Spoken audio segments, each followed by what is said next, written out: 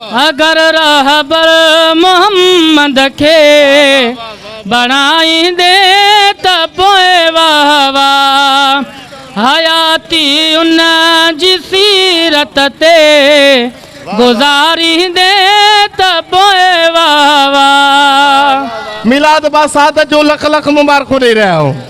मुस्तफ़ा सल्लल्लाहु अलैहि वसल्लम जी मिलाद आलम बशर जे लाइ हिकु अज़ीम तोहफ़ो आहे। सरदार सल्लल्लाहु अलैहि वसल्लम इन दुनिया जे लाइ राह निजात बणिजी आया। मुस्तफ़ा सल्लल्लाहु अलैहि वसल्लम इन दुनिया जे लाइ निजात जो ज़ामिन बणिजी आया।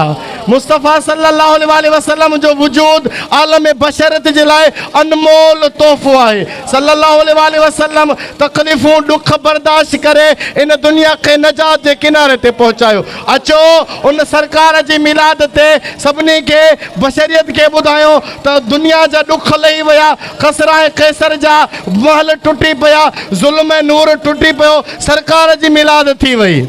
मां गुज़ारिश कंदुमि बिरादर सलमान के तो मुस्तफ़ा सल्लल्लाहु अलैहि वसल्लम जी शान में नज़राना अक़ीदत पेश करन। बर मोहम्मद वाले मोहम्मद बुलंदतर सलावत नाराए हैदरी गद्दी करे हैदर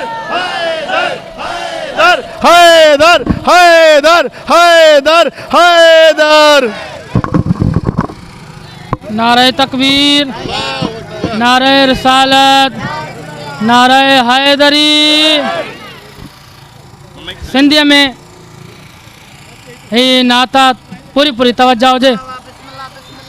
अगर रहबर मोहम्मद के बणाईंदे त पोइ वाह वाह।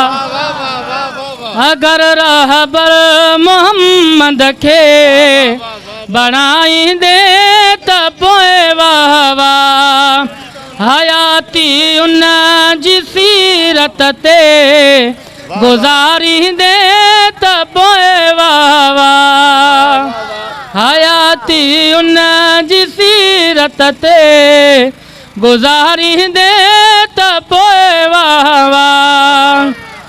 मिठे मुरसिल चयो हूंदो,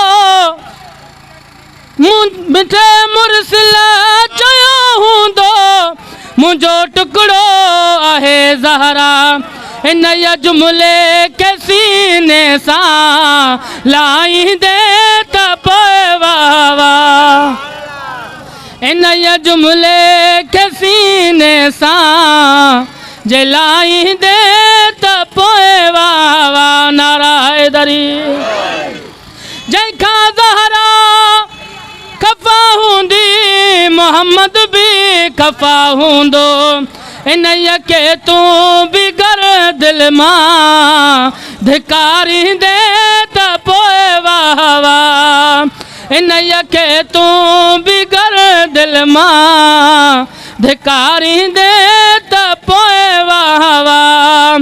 मिठे मुरसिल मदद लाइ जंहिंखे मुश्किल में पुकारियो हो उन के तूं बि मुश्किल में पुकारींदे त पोइ वाह वाह।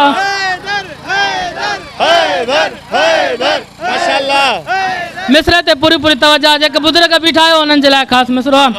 नबीअ जी पाक सोबत में रही सुधरिया नहा जेके उन्हनि खां तूं पंहिंजो दामन छॾाईंदे त पोइ वाह वाह। उन्हनि खां तूं पंहिंजो दामन छॾाईंदे